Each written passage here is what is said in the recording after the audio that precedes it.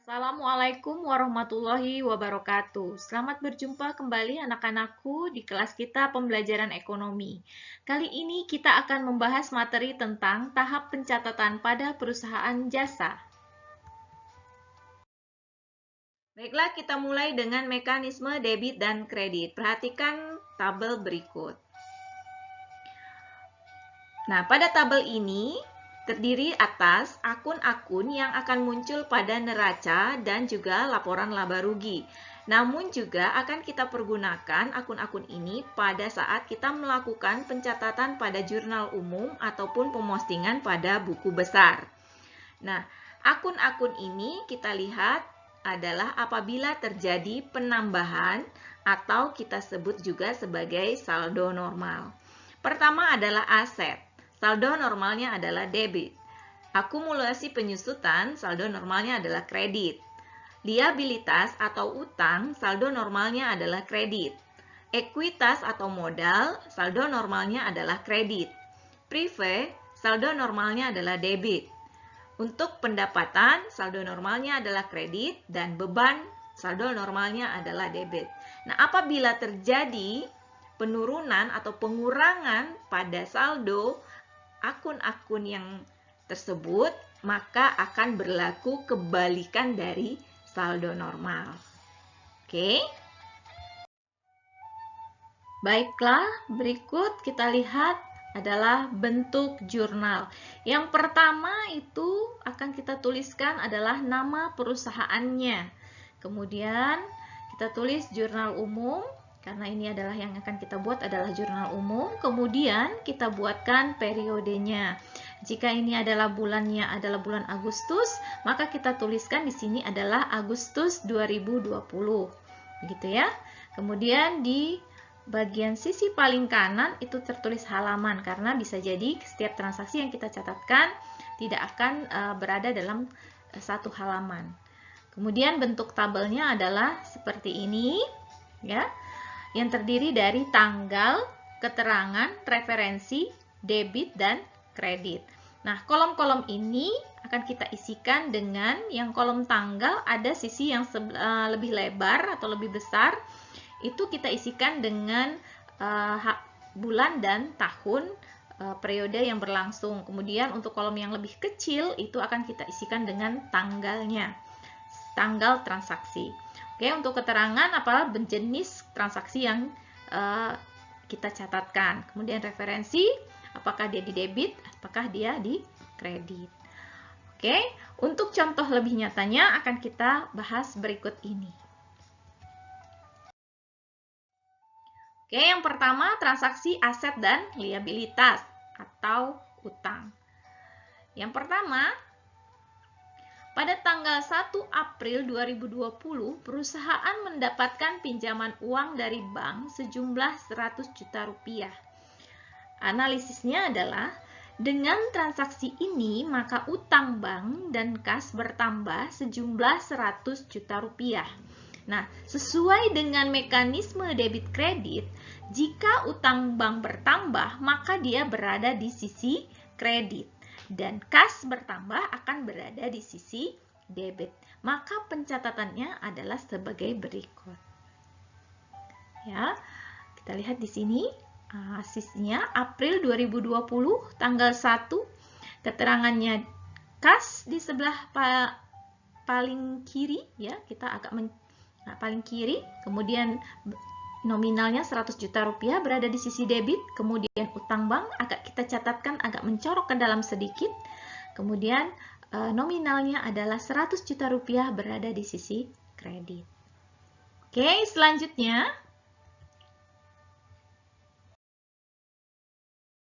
yang kedua, pada tanggal 7 April 2020 perusahaan menerima uang untuk pekerjaan yang belum dikerjakan sejumlah 1 juta rupiah. Analisisnya, dengan transaksi ini, uang yang diterima belum dapat diakui sebagai pendapatan. Ya, sekali lagi perlu diperhatikan bahwa uang yang diterima belum dapat diakui sebagai pendapatan, namun diakui sebagai utang. Maka pencatatannya adalah pendapatan diterima di muka dan kas yang bertambah ini sejumlah 1 juta rupiah. Nah, karena pendapatan diterima di muka ini tergolong utang, maka ketika dia bertambah akan kita catatkan di sisi kredit. Sementara untuk kas yang bertambah akan kita catatkan kepada sisi debit. Maka bentuk jurnalnya akan sebagai berikut. April 2020 tanggal 7, kas di sebelah debit dengan nominal 1 juta rupiah, kemudian di sisi kreditnya ada pendapatan diterima di muka dengan nominal 1 juta rupiah. Oke, untuk transaksi berikutnya adalah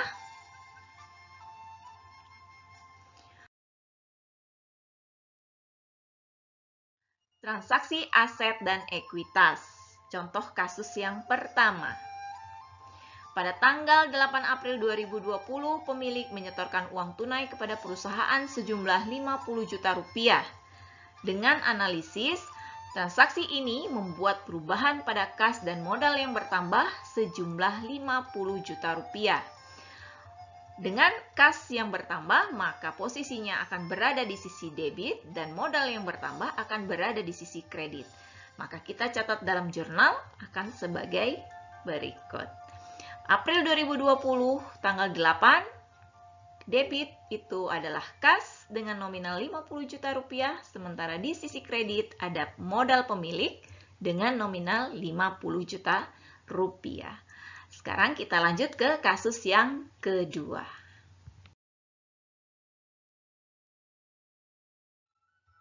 Oke, pada tanggal 10 April 2020, pemilik mengambil uang perusahaan sejumlah 5 juta rupiah untuk keperluan pribadi. Analisisnya, transaksi ini menjadikan kas berkurang sejumlah 5 juta rupiah, sedangkan prive bertambah sejumlah 5 juta rupiah. Nah, di dalam mekanisme debit kredit, prive bertambah berarti berada di sisi debit. Kemudian, jika kas berkurang akan berada di sisi kredit. Maka pencatatannya di dalam jurnal adalah sebagai berikut. Ya, April 2020, tanggal 10, keterangannya yang pertama, prive berada di sisi debit dengan nominal 5 juta rupiah, kemudian kas di sebelah kredit dengan nominal 5 juta rupiah. Oke. Selanjutnya,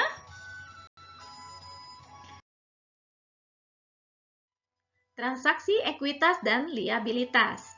Contoh kasusnya adalah pada tanggal 10 April 2020, krisis likuiditas mengakibatkan perusahaan belum bisa membayar listrik, telepon, dan air untuk bulan Maret 2020 sejumlah Rp4.500.000. Analisisnya adalah perubahan akan terjadi pada beban listrik, telepon, dan air yang bertambah dan utang listrik, telepon, dan air pun bertambah sejumlah Rp4.500.000. Nah, kita lihat di sini bahwa beban listrik, telepon, dan air ini bertambah. Begitu juga dengan utang listrik, telepon, dan air pun bertambah. Maka keduanya ini walaupun dia bertambah, di sisi debit akan diisi oleh beban listrik, telepon, dan air. Sementara untuk utang, ya, untuk utang listrik, telepon, dan air ini akan berada di sisi kredit. Ya, pencatatannya adalah sebagai berikut. Ya, April 2020 tanggal 10, ya, di sisi debitnya beban listrik, telepon, dan air dengan nominal Rp4.500.000, kemudian di sisi kreditnya adalah utang listrik, telepon, dan air dengan nominal Rp4.500.000. Oke, kita lanjut ke contoh kasus yang kedua.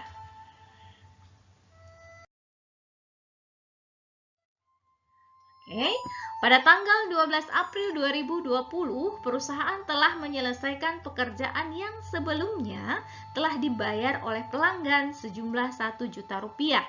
Nah, analisisnya, dengan transaksi ini, pendapatan diterima di muka akan berkurang sejumlah Rp1 juta dan pendapatan akan bertambah sejumlah yang sama.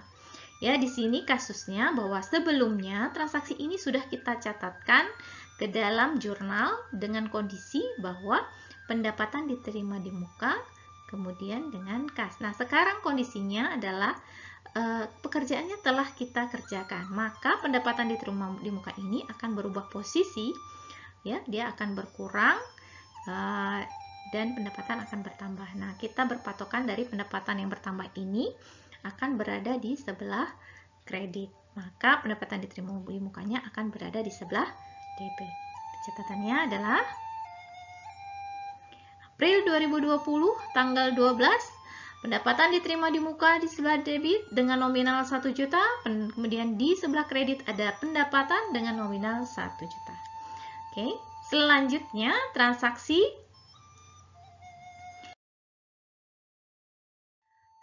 aset dan aset. Untuk transaksi aset dan aset ini contohnya yang pertama adalah pada tanggal 22 April 2020 perusahaan membeli secara tunai mesin baru sejumlah 10 juta rupiah.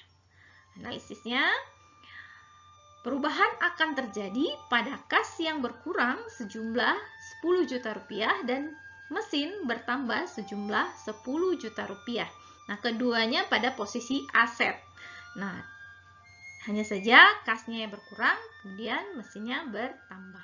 Maka pencatatannya adalah sebagai berikut. April 2020, tanggal 22, mesin bertambah, maka posisinya berada di debit dengan nominal 10 juta rupiah. Kemudian kas yang berkurang tadi akan berada di sisi kredit, ya, dengan nominal 10 juta rupiah. Oke, kita lanjut ke kasus yang kedua untuk aset dan aset.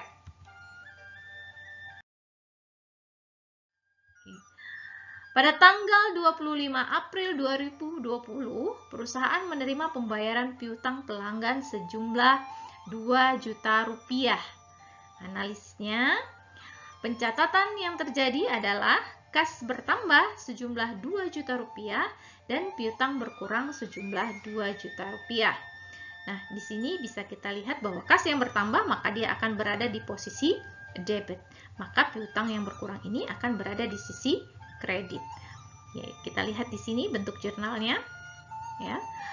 April 2020 tanggal 25, kas berada di debit dengan nominal 2 juta rupiah, kemudian piutang yang berkurang berada di kredit dengan nominal 2 juta rupiah.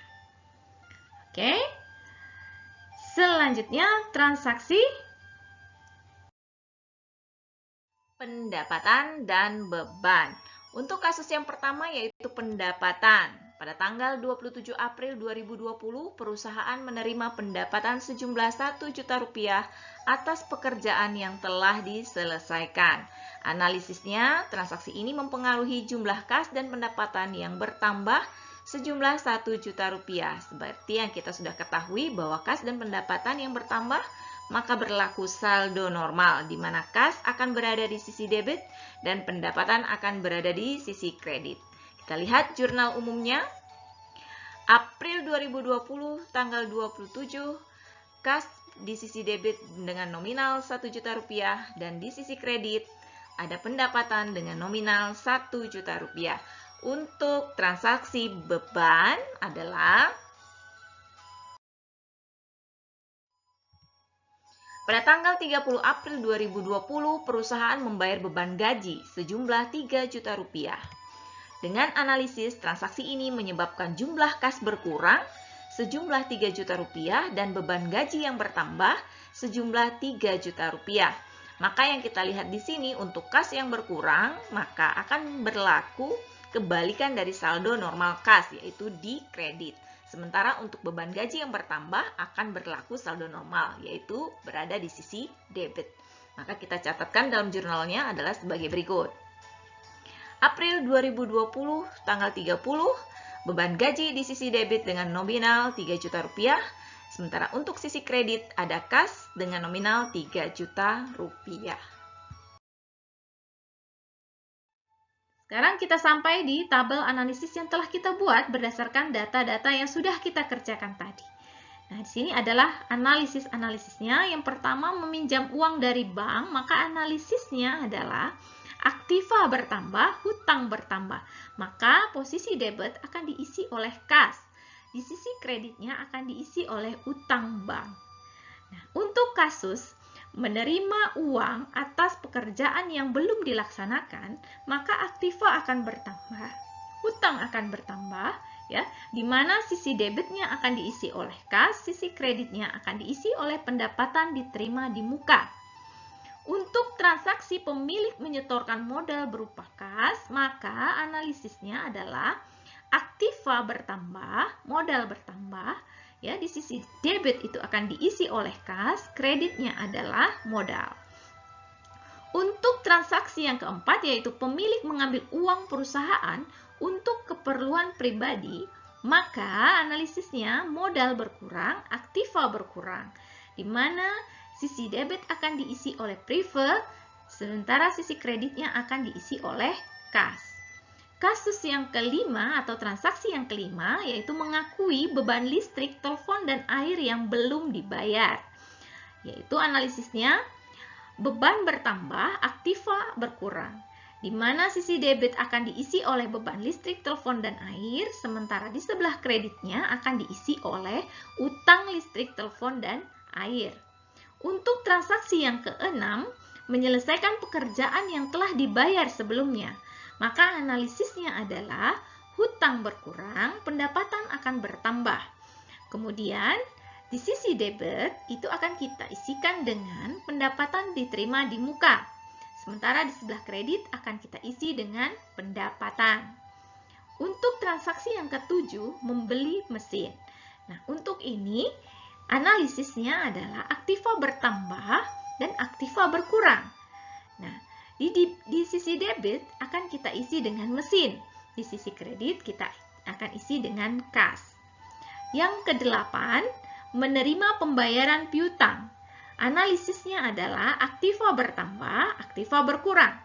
Di mana sisi debit akan kita isi dengan kas, sementara di sisi kreditnya akan kita isi dengan piutang. Yang kesembilan, memperoleh pendapatan atas pekerjaan yang telah diselesaikan. Di mana analisisnya adalah aktiva bertambah, pendapatan bertambah. Di sisi debit akan diisi oleh kas, sementara di sisi kredit akan diisi oleh pendapatan.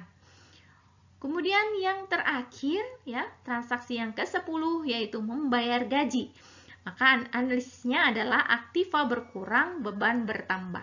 Nah, di sini sisi debit akan diisi oleh beban gaji, sementara sisi kreditnya akan diisi oleh kas.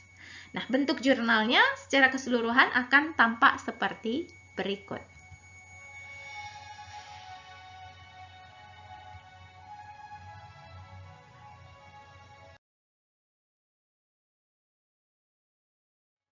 Nah, ini dia tampilan jurnal kita dari tanggal 1, ya. Ini halaman 1, ya. Dari tanggal 1 sampai tanggal 10. Ini bentuk jurnalnya. Kemudian di halaman 2 adalah sebagai berikut bentuk halaman 2-nya dari tanggal 12 sampai dengan tanggal 30. Nah, bentuk jurnal ini akan kita tutup dengan jumlah.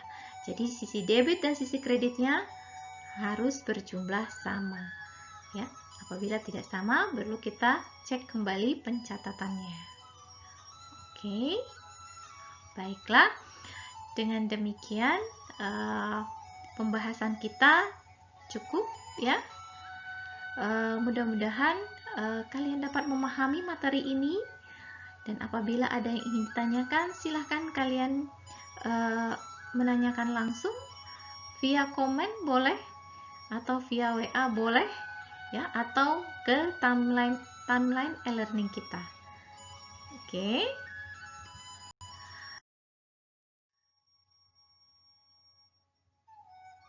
Ya, mengawali sesuatu itu memang sulit. Namun, jika sudah memulainya, maka tak akan ada lagi yang sulit.